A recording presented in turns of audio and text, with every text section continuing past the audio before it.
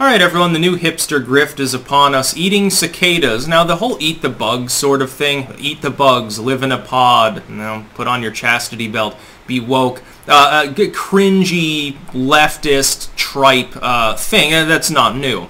But now people are saying, oh, there's going to be a massive swarm of cicadas, let's turn them into food. Hey, I've got my artisanal, cicada souffle.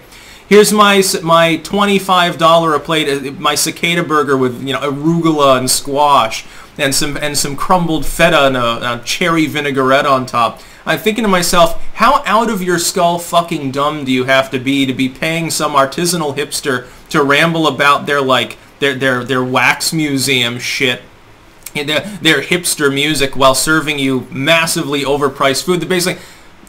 How do you make this? You go out and gather cicadas, and then you fucking cook them. By the way, if you want to cook insects, just think of it the same as you would think of mushrooms, essentially. They're made of chitin. Their cell structure is chitin, as opposed to, in other animals. That exoskeleton is that crispiness in the bug. That's mushroom-like. Mushroom cells are made of chitin. So you need to cook them similarly. So you need to saute them with oil and soy sauce or something like that. Very artisanal. But I was thinking to myself, back when I was a kid, here's an old geezer with old geezer stories. I was eating bugs and I didn't have to pay for them, and I got in trouble when I did. Oh my God, you ate ants? Go in time out. Well, Mom, I just wanted to be a chef 30 years from now. That's how you can think of it. So many careers were destroyed by parents that wouldn't let their kids eat maggots and mealyworms and earthworms and shit. By the way, this is like, beyond that, that's like Hellion of the 90s. And Deviant in the 2000s was like, you went to Hot Topic and you could get like, Cajun mealyworms and shit. And I was thinking about, actually, they had energy drinks there. I don't know if they still do, that were like little blood packets. Like, I can't remember, it was Energy Potion, I think it was called. And had protein in it that made it coagulate. So it was kind of like, the texture was blood-like. And it was an energy drink. It had caffeine and shit in it. Actually, it was delicious. Only got it a couple of times. You can buy them online. I've thought about getting a whole fucking crate of them. Just sit here drinking fake blood. I'm reliving my young adulthood.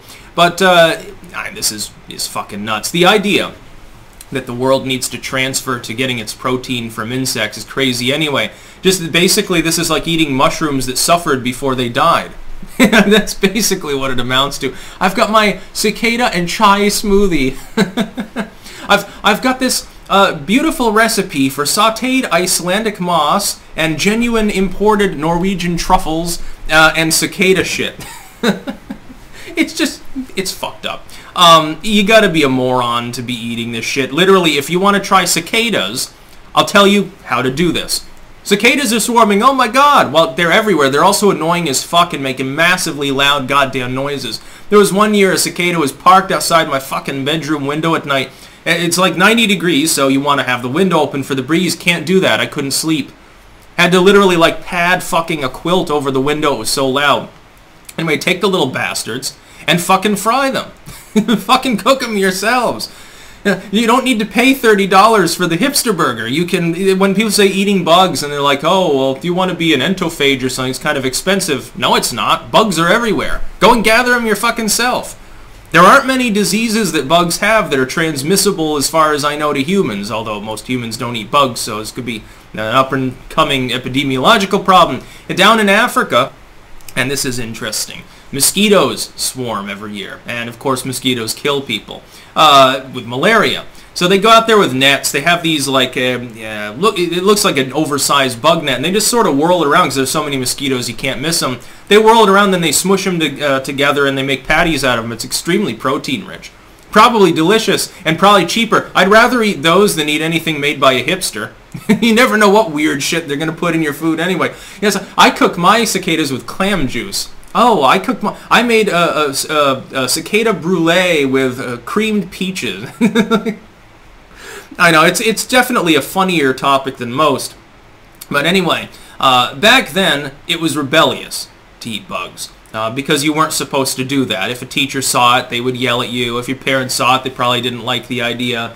It was considered gross or unclean or something. And other kids, you gross them out. Like one time, towards the end of one of the years, I think I was in 3rd grade or 4th grade or something, there were old stale rice crackers, and that building had an ant problem. So there were ants all over it, little red ants. They were eating the rice crackers, and I said, I'm going to eat these, and nobody believed me, so I took a bite. And the rice crackers were horrible, to be clear, totally stale. The ants, though, weren't bad.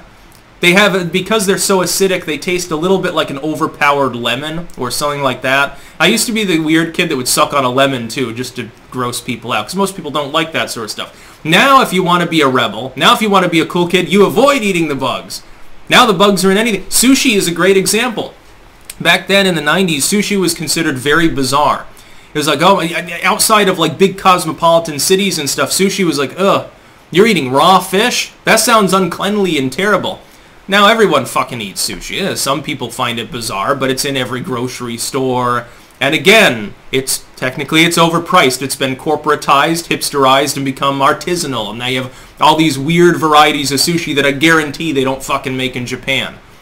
The Philadelphia roll. Yeah, that's totally inspired by authentic Shinto cuisine. And the same thing will probably happen with the bugs. They'll be turning it into special bug patties with different herbal flavors, and they'll have like bug jerky and stuff. And you should invest in it probably because it'll take off among the hipsters, and then they'll up the price significantly. And then pretty soon we'll hear about how it's causing environmental damage. That's about all. Peace out.